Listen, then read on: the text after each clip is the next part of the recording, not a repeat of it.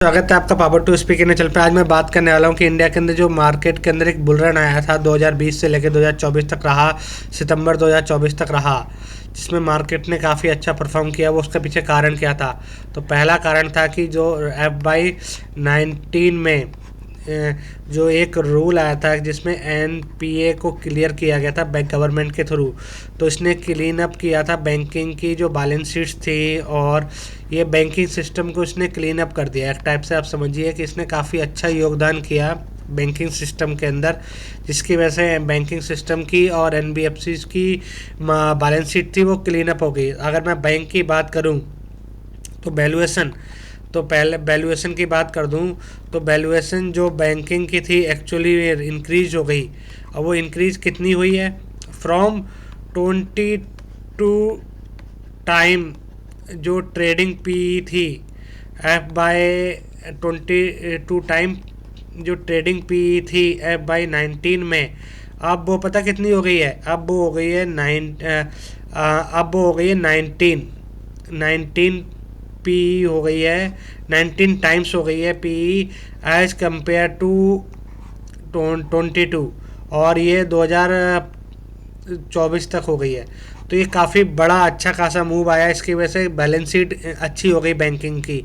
तो आपने देखा होगा जितने भी शेयर्स थे बैंकिंग के, PSUs के, सब थे, इन्होंने अच्छा परफॉर्म किया। इसकी वजह से मार्केट में एक अच्छा खासा बुल रन आया।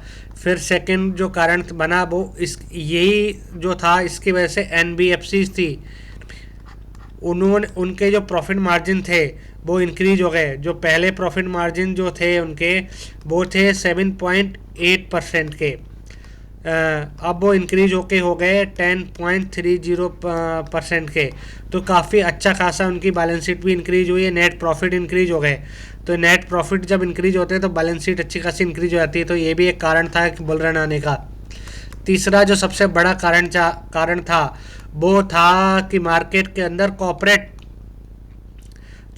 टैक्स थे वो कट किए गए थे 2020 में, FY20 में, जो कि 32% थे, उसको कट करके कर दिया गया सिर्फ 26%। अब इससे क्या हुआ? हम सोचते हैं इससे क्या हुआ?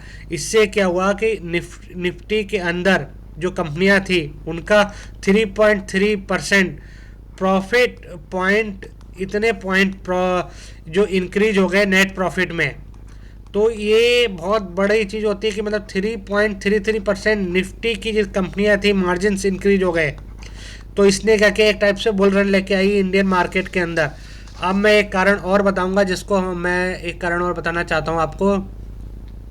हम बहुत हल्के में ले रहे हैं GST को, हम GST कट्स को बहुत हल्के में ले रहे हैं, पर मुझे लगता है GST कट की वजह से बहुत अच्छी खासी रैली देखने को मिलेगी हमें, और ये रैली मुझे लगता है 2029 तक कंटिन्यू रहेगी, और ये बहुत बड़ा रोल इम्प्लेक्ट करेगी आपके जितने भी कंजप्शन सेक्टर हैं, और ये जो सेक्टर्स हैं इनमें बहुत बड़ा रोल प्ले करेगी, ऑटो सेक्टर वगैरह में।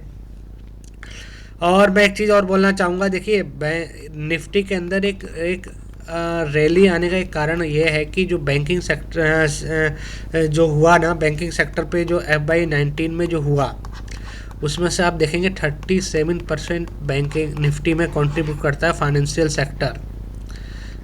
सेक्टर कंट्रीब्यूट करता है। जब इतना बड़ा सेक्टर जब सुधरता है ना, तो बहुत बड़ा काफ़ी सारी कंपनियों के प्रॉफिट मार्जिन वगैरह इंक्रीज हो जाते हैं, तो एक टाइप से बुल रन आता है। वैसे ही हम सबको लग रहा है कि GST ही कट हुआ है, और GST से क्या फ़र्क पड़ेगा?